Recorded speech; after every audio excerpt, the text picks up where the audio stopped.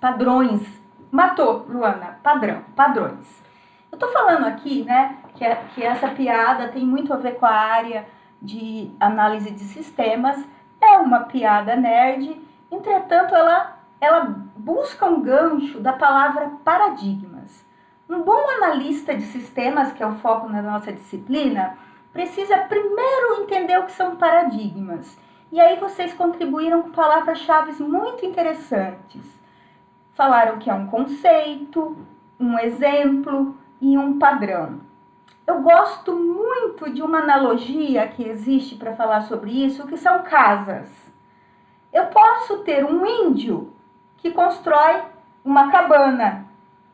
Eu posso ter um esquimó que constrói um iglu. Eu posso ter um arquiteto super renomado que constrói mansões. Ambos constroem algo, que é uma casa.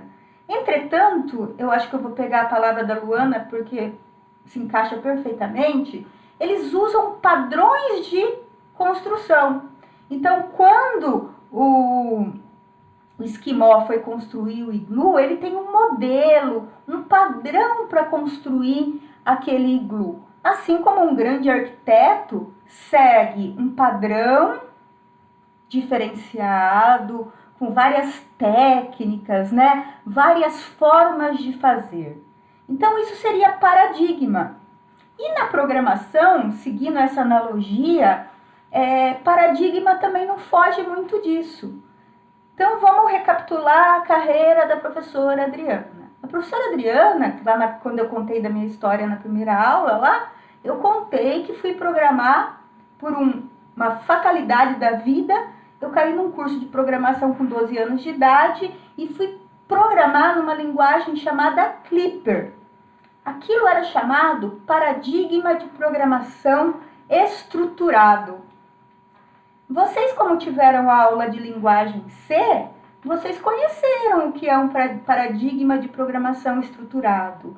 Ou seja, utiliza um padrão onde cada linha de código é sequencial, onde você utiliza procedimentos e funções, onde você utiliza comandos condicionais, estruturas de repetição, tudo dentro de um arquivo base que nós chamamos de paradigma estruturado. Na sequência, recordando a minha história, eu tentei ir para algo mais moderno na época. E aí, na época, surgiu uma linguagem de programação que chamava Visual Basic, que hoje vocês devem ver lá dentro do Visual Studio com o professor Carlinhos, que tem o C#.net, não é? Vocês têm aula de C#.net? Respondam aí para mim. Sim?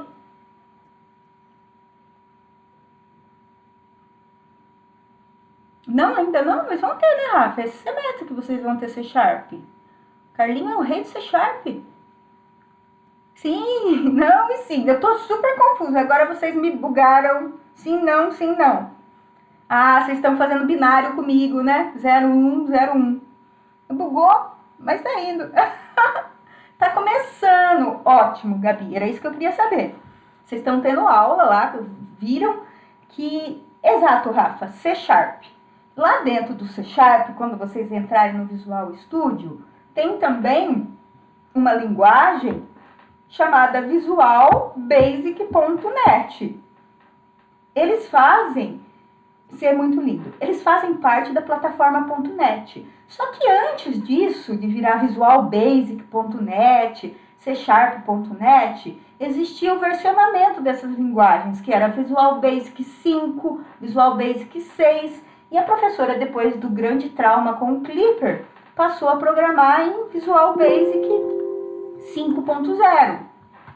Esse Visual Basic 5.0, ele era chamado de um paradigma orientado a eventos. O que seria essa orientação a eventos? Eu criava um programa em que tudo se baseava em um evento. Isso vai ter lá no C# de vocês.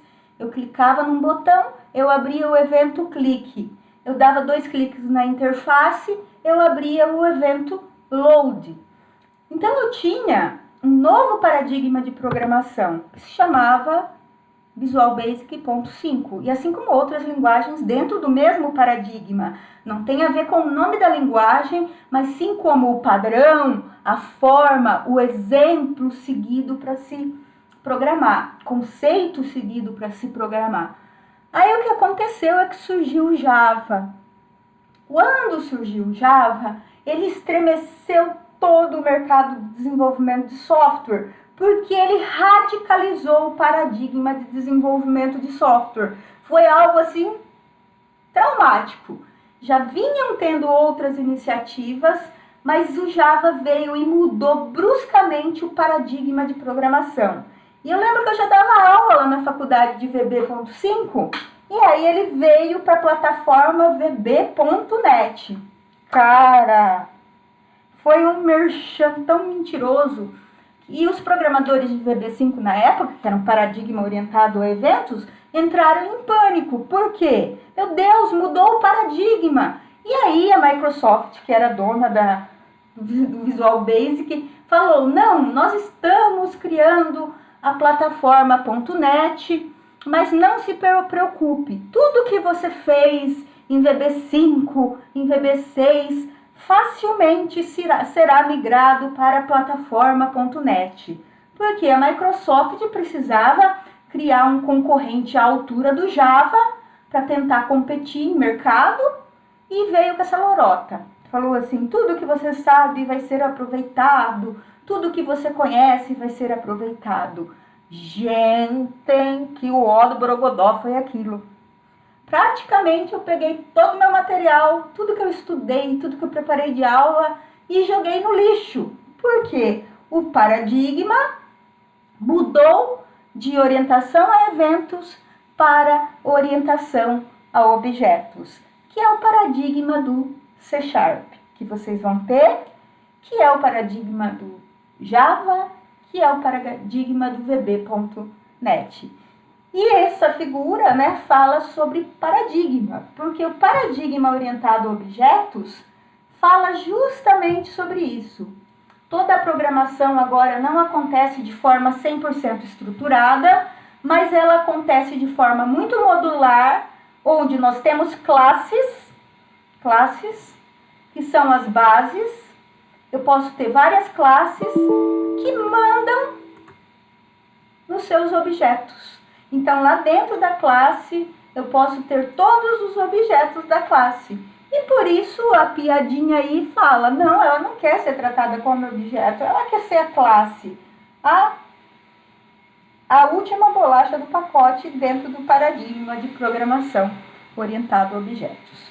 Gente, eu tô com um paniquete aqui, que meu computador, se eu ligar ele, antes de ter colocado ele na tomada, ele acaba a bateria.